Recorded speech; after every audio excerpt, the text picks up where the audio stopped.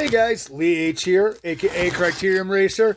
Today we're going over this is one of my goals for the year cards, okay? We're gonna call it a holy grail, but this is something I've always wanted, and so I'm really stoked to pick this bad boy up. They threw in a pack of team sets of the Nationals, whoop-de-doo, but this bad boy right here, it's my second card on my list of cards I want to pick up for the year. It is a 1955 Topps Hank Aaron, second year Hank Aaron card. It's got some creasing. It's a 1, but it's actually an SGC 1. It's not an authentic. I'll take it. Miscut, but I have no problem with miscuts. I'm really excited about this. Hank Aaron, as a kid, was my favorite player. I've always been a fan of the vintage. I've always been a fan of the Milwaukee Braves. So this is a huge card, huge pickup for me. The only other card I want, which doesn't seem to going down or can't find at a good price, is a 48 Leaf Orange Spawn rookie card. So I'm really pumped about getting a 55. I am going to be doing a Hank Aaron Topps run of all of his Topps cards of the normal production, nothing weird and obscure, but I have a good start of them. So that's kind of one of my next projects and my projects for the rest of the year, getting back into vintage. I completed my Eddie Matthews stuff for his rookie in the 52 Topps. So next, I'm real over the moon with that. Also, when you see stuff on eBay, a little tip that, when I first started in collecting, I didn't know about. Some of these have online stores where you can pick them up cheaper than what you can do on eBay because eBay takes fees. I was able to score that at a very reasonable price by reaching out to the actual cards here. This is going to be a couple really nice non-sport packs. Me, vintage and non-sport cards. So thanks for putting up with this. This is from Ian's Collectibles. Oh, shoot. Clocks and collectibles, something like that. Great on Etsy. Great non-sport guys packs at reasonable prices. I don't have this in my collection. This is going to be the Empire Strikes Back Star Wars cards. And we're going with the first and third series right here. Pretty big packs to go with my slowly ever-growing Star Wars collection from 1980s. He always has great packs, great conditions for his cards. Gums intact. Gotta love Ian's. I guess we're going to be covering up some Eddie Matthews 55 right there. All right. And got some more packs from him. So, you're Saved by the Bell. This is got a fairly rare pack by Pacific. You always see the college years. You never see the regular TV ones, the original ones. I believe this is, 1990 or something like that.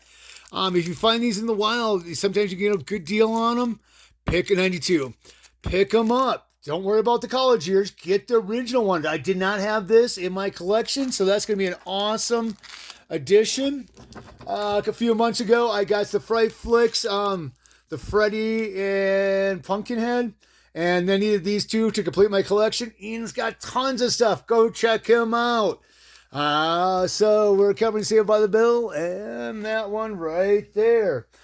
Speaking of non-sport cards, I haven't picked up a box in a little while.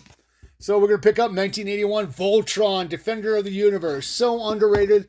I know these aren't cards, they're tattoos, but I put a minimum bid in there. I got the box like $25 shipped. I'm stoked on that bad boy to add to my non-sport collection that you see behind you. That just keeps piling up on those cards right there. I'm going to open up one or two more little envelopes and see what I picked up more this week. I appreciate you guys stopping in. Hope your collecting is going well. Cards seem to be neutralized. I'm pretty excited to get... Oh, this is a fairly rare card too. 63 Eddie Matthews. And you're like, well, that's just the post serial. No, this is a little harder to find hand-cut Jello 63 Eddie Matthews. So really the only way you tell the difference between the two is the post ones. This line right here extends for all the way almost to the border, while this one doesn't. Otherwise, it's just a plain back out of a Jello box. My favorite Jello is cherry. I wonder what yours is. But $8, great card, a little miscut. But I wanted to add this to my Eddie Matthews collection, which is ever growing. You know, it's one of my top PEC guys. Almost anybody from the Milwaukee Braves is truly. But that's a nice addition, a little oddball, a little rarity thrown into my collection. You know, because I've completed, like I said, the run on normal Topps cards and almost all the Bowmans. So that oddball stuff like that, I'm loving. Hard to dig up. Doesn't really hold value, but means a lot to me. And that's what's important with the collecting. I think I paid $1 for this numbered 2023 Eddie Matthews Diamond King cards. Nice and shiny for $1. I'm gonna take that every day. Well, guys, oh, I am really pumped with this. So I'm just gonna gloat here just for 30 seconds on this card. Pretty stoked. No scratches really on the SEC holder.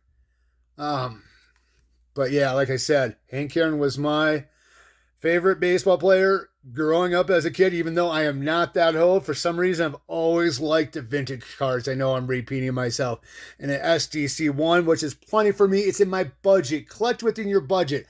I could have spent as much money as I want. This fits my budget. And I like other stuff to go along with it. So for me, this is a big, huge card. For other people, it's not.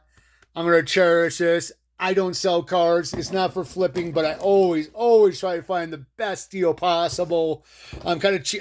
I like the good stuff, but I don't like paying for the good stuff. So I will find the right deal and wait for it. And it's, you know, come the baseball season, that stuff's going to go up. So this is time to buy it. Last year I got that 48 Warren Spahn Bowman rookie. You know, that was on my list too. So yeah, happy collecting. Thanks for tuning in for my non-sport sport vintage. You know, this sums me up. Thanks again. We'll catch you later.